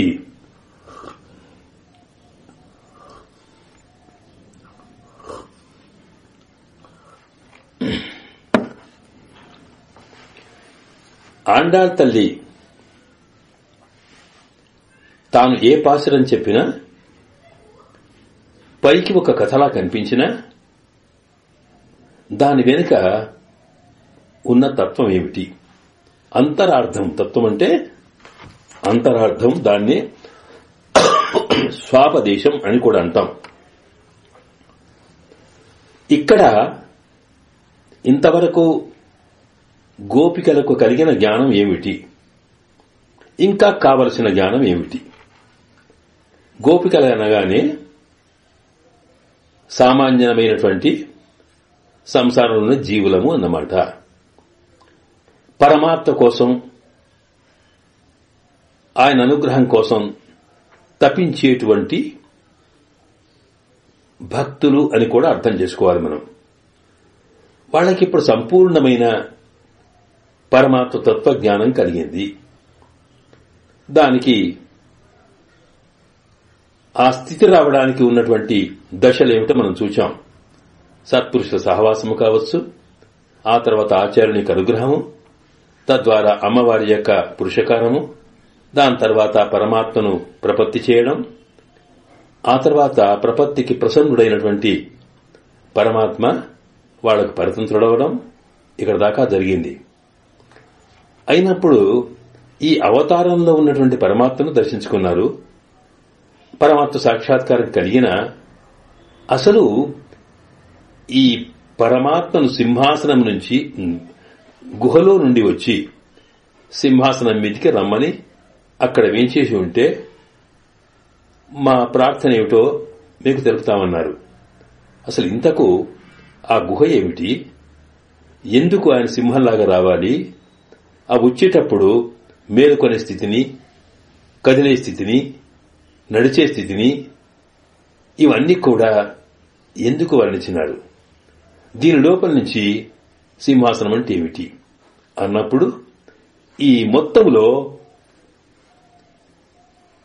మొత్తం సృష్టికి మూలమైన పరమాత్మ తత్వాన్ని తెలుసుకోవాలనే కోరిక కలిగిందన్నమాట. మనకెంత జ్ఞానం కలిగినా భగవంతుని సేవించినప్పటికీ కూడా అంతకన్నా ప్రధానమైనటువంటి జ్ఞానం ఏం కావాలి అంటే, ఇదిగో మనం ఈ ప్రపంచంలో ఉన్నాం, మన చుట్టూ బ్రహ్మాండమైనటువంటి ప్రకృతి ఉంది, అద్భుతమైన అందాలు ఉన్నాయి, దాంట్లో రకరకాల గోళాలున్నాయి. ఇది ఒకటే కాక ఇదొక అద్భుతమైనటువంటి బ్రహ్మాండము. ఇదంతా ఎలా వచ్చింది? ఈ పంచభూతాలతో ఏర్పడినటువంటి ఈ ప్రకృతి ఎట్లా వచ్చింది? ఇది మన శరీరాలుగా ఎట్లా మారింది? ఈ లోపల ఉన్న జీవతత్వం దీంతో సంబంధం ఎట్లా కలిగింది? ఇలా కలిగించగలిగేటువంటి పరమాత్మ ఎట్లా ఉంటాడు? ఇదంతా కూడా తెలుసుకోవడాన్నే వాస్తవమైన జ్ఞానం తెలుసుకోవడమట. అందువల్ల కారణంతు ధ్యేయ అనే ఒక సూత్రం ఉంది. అంటే నీవు ధ్యానం దేని చేయాలి అంటే, ఈ సృష్టి స్థితి లయములకు మూల కారణమైనటువంటి తత్వమేదో ఆ తత్వాన్నే మనం ధ్యానం చేయాలి. అప్పుడే సాక్షాత్తు పరమాత్మ తత్వమంతా మనకు ఆవిష్కరింపబడుతుంది, తెలపబడుతుంది అనేది మనకు యోగ శాస్త్రం చెబుతోంది. కనుక ఇక్కడ ఏమిటా కారణం అనేది ఇందులో చూపిస్తుందన్నమాట మన తల్లి. సృష్టి ఎలా జరిగింది, అలాగే లయం ఎలా జరుగుతోంది, పరమాత్మ అంటే ఎవరు అన్నప్పుడు ఉపనిషత్ చెప్పిందే, యతో వా ఇమాని భూతాని జాయంతే యన జాతాని జీవంతి యత్ ప్రయంతి అభిసంవిశంతి తద్విజిజ్ఞాసస్వ తద్బ్రహ్మ. ఎవరి నుండి ఈ లోకమంతా పుడుతున్నదో, సృష్టింపబడుతున్నదో, ఎవడు దీన్ని రక్షిస్తున్నాడో, ఎవరిలోకి మళ్లీ ఇది చేరుతుందో అది బ్రహ్మతత్వం అన్నారు. కనుక ఈ సృష్టికి ఒక సామాన్యమైనటువంటి ధర్మం ఉన్నది. మనం ఎక్కడ పరిశీలించినప్పటికీ కూడా ప్రతిదీ కూడా పుడుతుంది, కనిపిస్తుంది, పెరుగుతోంది, ఆ తర్వాత తరుగుతోంది, నశిస్తుంది, మళ్ళీ ఎక్కడికో చేరుతుంది. ఇలాగ ఏది చూచినప్పటికీ కూడా వ్యక్తులు గాని, వస్తువులు గాని, జంతువులు గాని, పశువులు పక్షులు గాని, ప్రకృతిలో ఉండే ప్రతి వస్తువు కూడా ఇలా జరిగినప్పుడు ఈ పరిణామ దశ ఉందో అయినప్పుడు మనకు కనిపిస్తున్న స్థితి ఏమిటి? ఇప్పుడు మనకు కనిపిస్తున్న స్థితి ఏమిటంటే, ఇదిగో మనమంతా కూడా ఈ ప్రపంచం సృష్టింపబడ్డది, దీంట్లో మనం కూడా ఉంటున్నాము. మనము కూడి ఏం చేస్తున్నాం ఇక్కడ అంటే పరమాత్మ తత్వాన్ని ప్రార్థిస్తున్నాము. అందులో మనకెన్నో రకాల కోరికలు తెలుపుతున్నాము. స్వామికి స్వామి స్వామి అని ఆ పరమాత్మని ఎన్నో రకాలుగా, సరే ఇక్కడ అవతార రూపం కావచ్చు, అంతర్యామి రూపం కావచ్చు, అర్చా రూపం కావచ్చు, ఏ రూపమైనా పరమాత్మని ఇక్కడ దర్శించుకొని అక్కడ ఉండేటువంటి స్వామిని మనం ప్రార్థిస్తున్నాం. అంటే ఎక్కడ ఇది అంటే ఈ భూమండలంలో, ఈ లోకంలో. కనుక సింహాసనం అంటే ఏమిటి? సింహాసనం అంటే ఇదిగో మనం ఉన్నటువంటి భూమండలం అన్నమాట, ఈ ప్రకృతి మండలం. ఇందులో ఉన్నటువంటి పరమాత్మ దగ్గర మనం ఏవైతే ప్రార్థనలు చేస్తున్నామో ఆ ప్రార్థనలే ఆయనకి గోపికలు చెప్పుకోవాలి అనుకున్నటువంటి అంశాలు. కనుక ఇక్కడ ఉండి మనం రక్షిస్తున్నాడు. కానీ ఈ సింహాసనం మీదికి ఎక్కడో గుహలో ఉన్నటువంటి సింహాసనానికి ఎట్లా వచ్చాడు ఆయన అంటే, గుహలో ఉన్నటువంటి స్వామి అన్నప్పుడు, గుహలో ఉన్నప్పుడు స్వామి మనకు కనిపించాడు. ఇప్పుడు మనకు కనిపిస్తున్నాడు. కనిపించడం అంటే ఏమిటి? మనకి ఏదో రూపంలో కనిపిస్తున్నాడు అన్నమాట. కనుక అంటే ఏమన్నమాట, ఈ రూపంలోకి రాకముందు, సింహాసనంకు చేరకన ముందు ఎక్కడున్నాడు ఆయన? ఆయన నీలాదేవితో నీలా భవనంలో ఉన్నాడు. అంటే అర్థం ఏంటన్నమాట, ఈ ప్రకృతికి అంతర్యామిగా ఉండి ప్రకృతి మండలంలో మనతో పాటు ఉండి మనకు అనేక రకాలుగా తాను దర్శనమిస్తున్నటువంటి స్వామి మొదలు ఎక్కడున్నాడు, ఈ ప్రకృతి ఎక్కడి నుంచి వచ్చింది అంటే ఈ సృష్టికి మూల కారణం ఏమిటి అనేదాన్ని ఇక్కడ వివరించిందన్నమాట. అంటే సాధారణంగా సృష్టి ఎట్లా జరుగుతున్నది, దీన్ని మనం ప్రకృతిలో ఉండే తత్వాన్ని తెలుసుకుంటే చేస్తుంది. ఒక చిన్న విత్తు ఉంటుందండి, ఆ విత్తులో నుంచి ఒక మొలక వస్తుంది. ఆ విత్తు ఎట్లా అవుతుంది? దానికి తడి తగిలినప్పుడు అది బాగా ఉబ్బుతుంది, దాంట్లో నుంచి మొలక వస్తుంది. ఆ మొలక పెరుగుతోంది, అది పెరిగి కొమ్మలు, రెమ్మలు రకరకాలుగా మారుతుంది. మారిన తర్వాత దాంట్లో పువ్వులు, కాయలు ఇవన్నీ అవుతాయి కదా. చూస్తే అందమైన వృక్షంగా కనిపిస్తుంది, విశాలమైన వృక్షంగా కనిపించిన తర్వాత కొంతకాలానికి అది కూడా మళ్లీ ఎండిపోవడం ప్రారంభం చేసి చివరకు మళ్లీ ఏ రూపంగా మిగులుతుంది అంటే విత్తు రూపంలోనే మిగులుతుంది. అంటే విత్తు నుండి ప్రారంభమై మళ్ళీ విత్తులోకి చేరుతుంది. ఇది ప్రతి వస్తువు అలాగే ఉన్నప్పుడు ఇక్కడ మనకు వృక్ష రూపంలో ఒక విత్తులో నుండి వచ్చిన చెట్టు, పూలు, కాయలతో నిండిన వృక్షం ఎట్లా ఉంటుందో అట్లా ఇప్పుడు మనకి ప్రపంచం కనిపిస్తుంది. దీనికి ప్రపంచం అంటే అర్థం ఇదే. ప్రపంచం అంటే వ్యాప్తి చెందినది, వికసించినది, ఎక్స్పాండెడ్ అన్నమాట. అంటే చిన్నగా ఉన్నది విశాలంగా అవడమే ప్రపంచం అనేది. కనుక అలాగే పంచీకరణం అంటే 5 పంచభూతాలతో కలిపినటువంటిది. కనుక ప్రపంచం అనే శబ్దం ఉన్నప్పుడు మనకు విస్తృత స్థాయిలో, వికసించిన స్థాయిలో కనిపిస్తుంది. వికసించిన వృక్షము అంతకన్నా ముందు ఎక్కడుంది అంటే చిన్న విత్తులా ఉందన్నమాట. ఆ విత్తులో ఉన్నప్పుడు ఇంకొక విశేషం, సామాన్యంగా ఇంత పెద్ద చెట్టు, ఇన్ని ఆకులు, ఇవన్నీ కలిపినవి కూడా ఎక్కడున్నాయి? ఇవి ఎక్కడి నుంచి వచ్చాయి? విత్తులో నుంచి వచ్చాయి. మరి విత్తులో ఉండకపోతే ఎట్లా వస్తాయి? కనుక ఇవన్నీ ఆ సూక్ష్మ దశలో, ఆ గింజలోనే ఉండాలి. ఎందుకంటే మన సిద్ధాంతంలో, విశిష్ట అద్వైత సిద్ధాంతంలో చెప్పే అంశం ఏమిటంటే, సాధారణంగా నా అసతః సన్నజాయతే అంటే లేని దాని నుండి ఉన్నది రాదెప్పుడు. ఒకటి మనకు ఉన్నట్టుగా కనిపిస్తున్నదంటే ఇది ఎక్కడో మొదలుండి ఆ తర్వాత మనకు కనిపించేట్టుగా రావాలి. అంటే మనకు కనిపించని దశ ఉంటే ఒక వస్తువు మనకు కనిపించని రీతిలో ఉంటుంది, కనిపించే స్థితికి వస్తుంది. కనిపించని రీతిలో ఉన్నదేమో సూక్ష్మ దశ అంటాము. అంటే కనిపించకుండా ఉండేది అది విత్తు దశ, అది గింజలాగా ఉండేది. అలా కనిపిస్తుందంటే పెద్ద దశ, చెట్టులా కనిపించేది అన్నమాట. అంటే ఈ చెట్టు ఇక్కడ ఎట్లా ఉందో ఆ గింజలో కూడా అది సూక్ష్మంగా ఉందన్నమాట. అంటే అందులో ఆకులుంటాయి, అందులో అన్నీ కూడా ఉంటాయి. అదే పచ్చదనం అనే దాన్ని గుర్తు చేస్తుందని. ఎట్లాంటిదో ఇంత బ్రహ్మాండమైనటువంటి ప్రపంచం చూసినప్పుడు ఈ ప్రపంచంలో దీంట్లో మనకు 3 తత్వాలు కనిపిస్తున్నాయి. ఏమిటి 3 తత్వాలు అంటే, ఒకటి ప్రకృతి, పంచభూతాత్మకమైనటువంటి ప్రకృతి. రెండవది ఈ ప్రకృతితో సిద్ధమైనటువంటి రూపమైతే ఉందో శరీరము, దాని లోపల జ్ఞానము కలిగినటువంటి ఒక ఆత్మ, దాన్ని జీవాత్మ అంటున్నాం. ఈ జీవాత్మకి అంతర్యామిగా పరమాత్మ ఉన్నాడు అనేది 3 తత్వాలు. కనుక తత్వం అంటే అసలు ప్రపంచంలో అన్నిటినీ దాన్ని బేసిక్ గా తయారు చేసినప్పుడు, మౌలికంగా తయారు చేస్తే మూలంలోకి వెళ్తే మొత్తం 3 వస్తువులు, ఇవే 3 ఈ ప్రపంచంగా మారినాయి అనే దానికే తత్వత్రయము అంటాం మనం. అంటే 3 తత్వములు. ఏమిటది? ఈ ప్రకృతి, అలాగే పరమాత్మ, జీవుడు, పరమాత్మ. వీటికే శాస్త్రంలో చిత్, అచిత్, ఈశ్వర అంటాం. అంటే చిత్ అంటే జీవుడు, అచిత్ అంటే జ్ఞానం లేనటువంటి ప్రకృతి, ఈశ్వరుడు అంటే వీటినన్ని కలిపి నియమించేవాడు.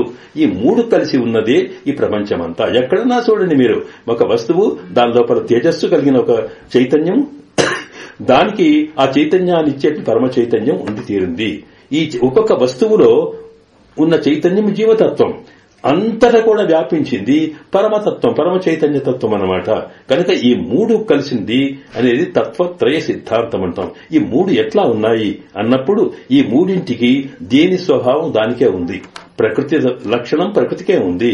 ప్రకృతి యొక్క స్వభావం ఏముంటుందో, ఎట్లా ఉంటుందో మార్పు చెందడం, దానికి ఉండేటువంటి సత్వగుణం, తమోగుణం, రజోగుణం, ఇలాంటి లక్షణాలు కలిగినటువంటి ప్రకృతి ఉందే, దాని స్వభావం వేరు. అలాగే జీవాత్మ జ్ఞాన స్వరూపుడు కనుక వీడి తత్వం వేరు, పరమాత్మ ఆయన తత్వం వేరు. కనుక వస్తువులు వేరే వేరే ఉన్నప్పటికీ, 3 వేరే వేరే ఉన్నా, దేని గుణం దానికి ఉన్నా, ఇవి ఎట్లా ఉన్నాయంటే 3 కూడా కలిసే ఉన్నవి.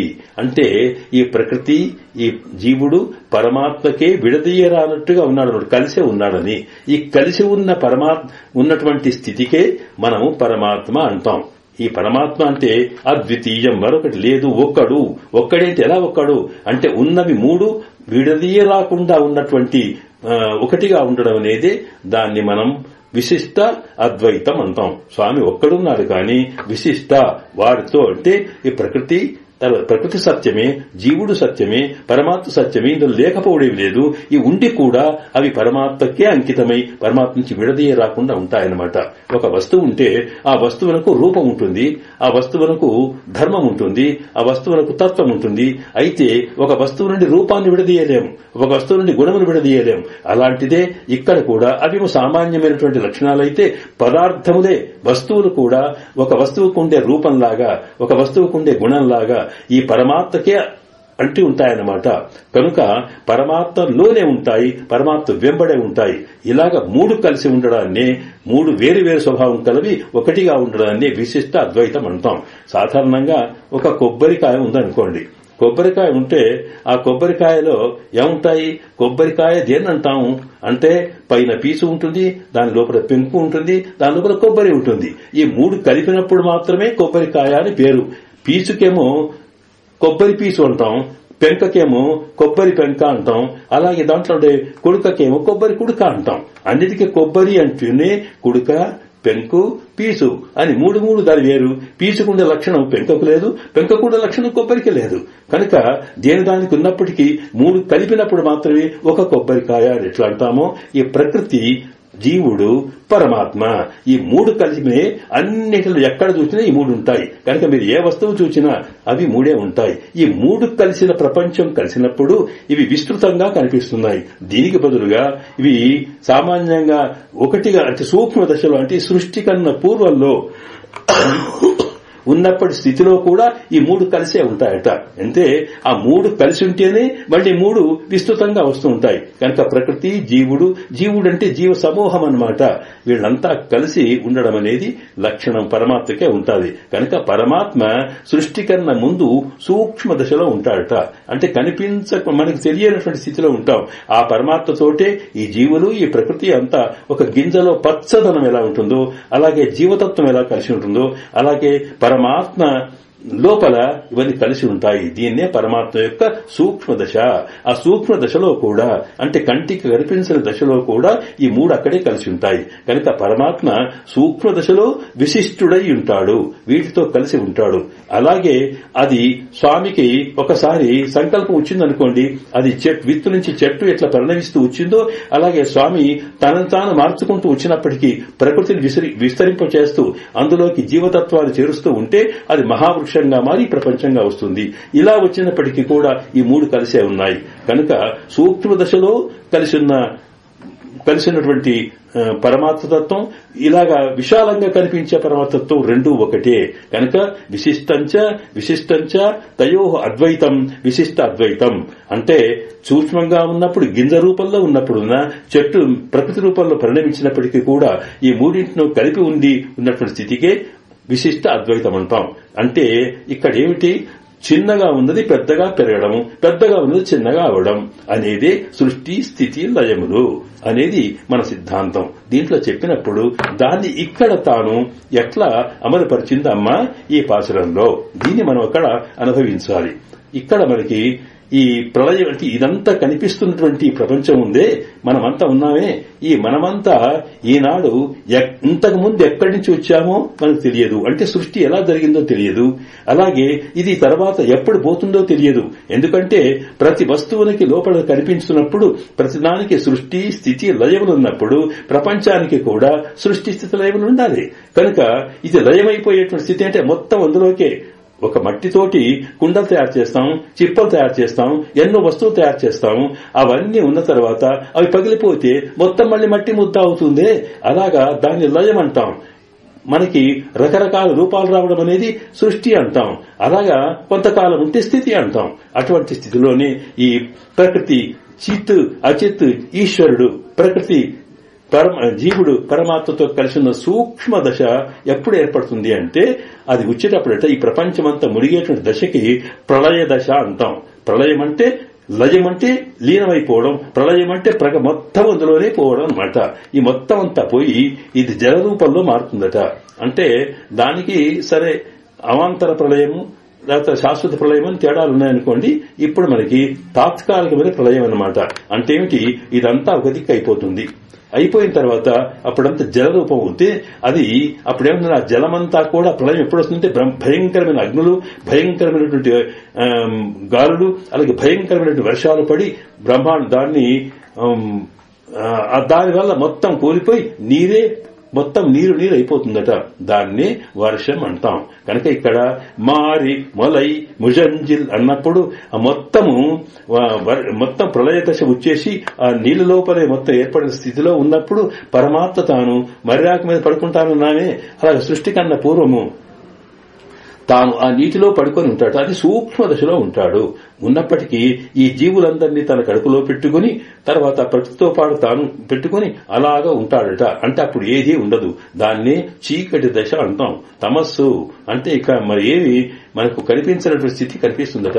అది మొదలుండేది. ఆ ప్రళయం నుండి మళ్లీ సృష్టి ప్రారంభమవుతుందట. ఎందుకు ప్రారంభమవుతుందంటే స ఏకాకీ నరమేత బహుశ్యాం ప్రజాయేయ అంటుంది ఉపనిషత్తు. ఉండి ఉండి ఉండి ఆ స్వామికి ఒకసారి సంకల్పం కలుగుతుందట. సంకల్పం, అయ్యో ఇంకా ఇంతకాలం వీళ్ళందరినీ ఇలాగే ఉంచుకోవడం బదులు మళ్లీ శరీరాలు ఇస్తే వాళ్ళు ఇంతకు ముందు చేసుకున్న కర్మ ఫలితాన్ని అనుభవిస్తూ పుణ్యపాపాలు కూడా చేస్తూ మళ్లీ నాలోకి చేరుకోవడానికి ముక్తి పొందే అవకాశం కలుగుతుందనే ఉద్దేశంతో సృష్టి చేయాలనుకుంటాడట. ఆ పరమాత్మకి ఒంటరిగా ఉంటే మనకెట్లా ఇష్టం కాదో వీళ్ళందరితో కలిసి ఉంటేనే పరమాత్మకి ఆనందం కనుక స ఏకాకేన రమేత బహుశ్యాం అని ప్రారంభం చేసి తాను సంకల్పిస్తాడు సృష్టి చేయాలని. ఏ పని చేయాలనుకున్నా మనం మనసులో అనుకుంటాం కదండి. అనుకున్న తర్వాత ప్రారంభం చేస్తాం. చేసేటప్పుడు అప్పుడేం చేస్తాం, ఏదో ఒక వస్తువు తీసుకొని చేసినట్టుగానే అప్పుడు తాను తన దగ్గర ఉన్నటువంటి ప్రకృతిని వికసింప చేస్తాడట. ఆ వికసింప చేస్తూ ఒక మట్టితోటి రకరకాల దాన్ని మట్టి చేసేటప్పుడు, మట్టితో వస్తువు చేసేటప్పుడు ఏం చేస్తాం మనము, చేసేటప్పుడు ముందంతా తడిపి దాన్ని ముద్దగా చేసి దాన్ని పొడుగా చేసి దాంట్లో ముక్కలు చేసి దాంట్లో రకరకాల బొమ్మలుగా తయారు చేస్తామే. అలాగే పరమాత్మ కూడా ఈ పంచీకరణ పద్ధతి అంటాం. పంచభూతాలను కూడా ఒకచోట చేర్చి దాన్ని ముద్దగా చేసినప్పుడు దాన్ని మూల ప్రకృతి అంటాం. దాని నుండి ఇక ప్రారంభం చేస్తాడు. ప్రారంభం చేసిన తర్వాత ఒకటిగా అది వచ్చే స్థితి కనిపిస్తుంది.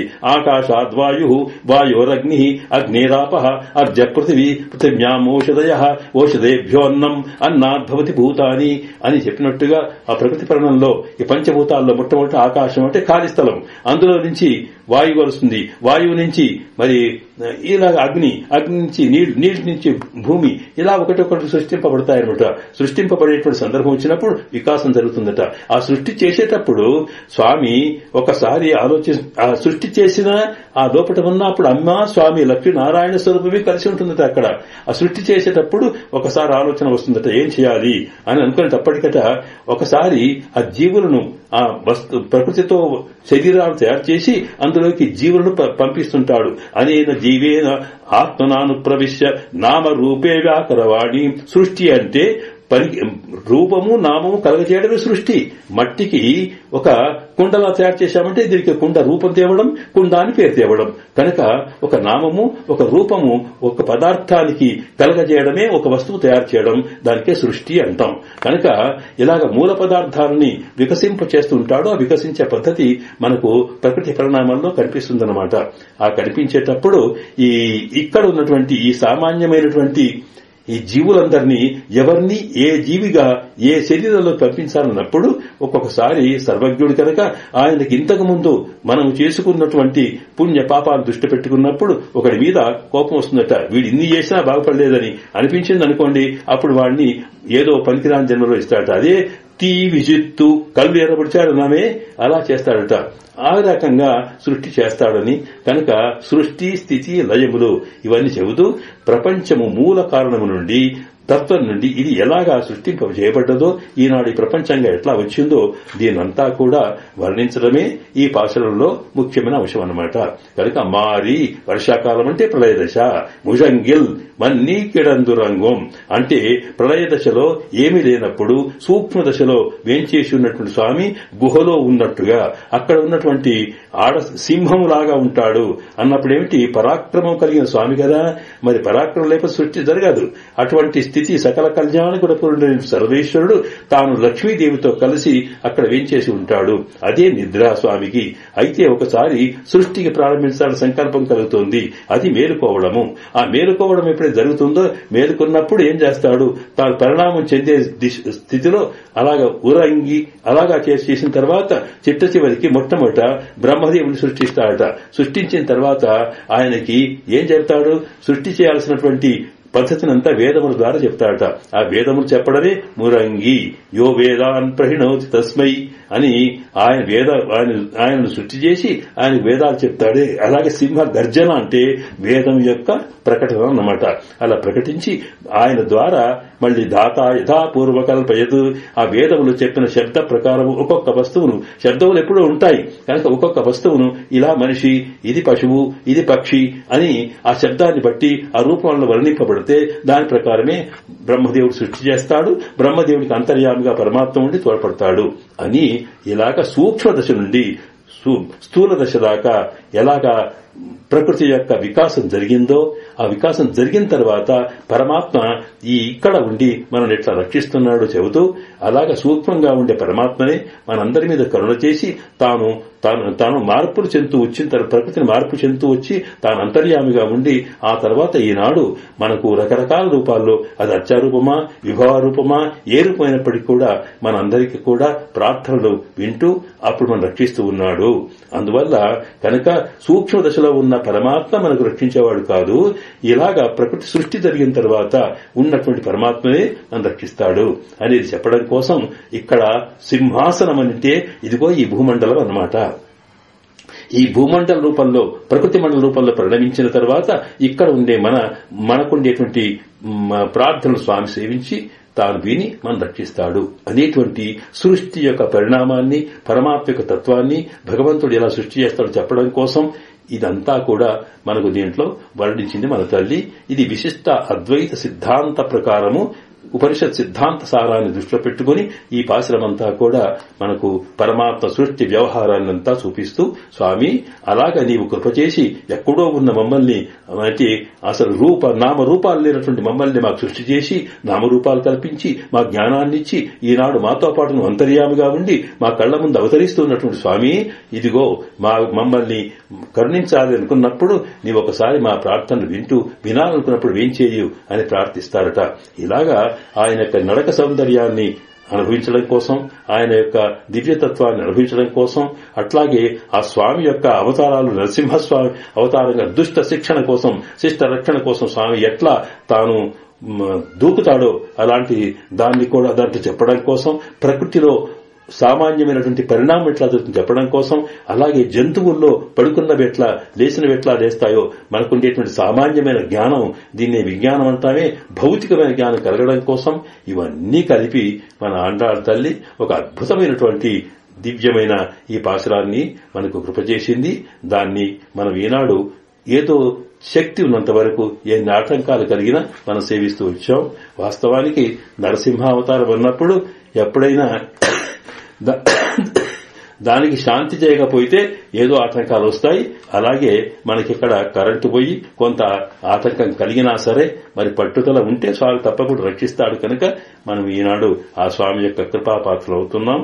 అలాగే సర్వరక్షకుడు సర్వాంతర్యామిన స్వామి మనను అమ్మ కృపతో రక్షించుగాక అని ప్రార్థిస్తూ ఈనాటికి అమ్మ శ్రీచరణాల మీద ఈ పాశురం యొక్క తత్వాన్నంతా కూడా సమర్పిస్తున్నాం. జయ ఆండాళ్ దివ్య త్రివిడిహల ఈశ్వరణం. జయ శ్రీమన్నారాయణ.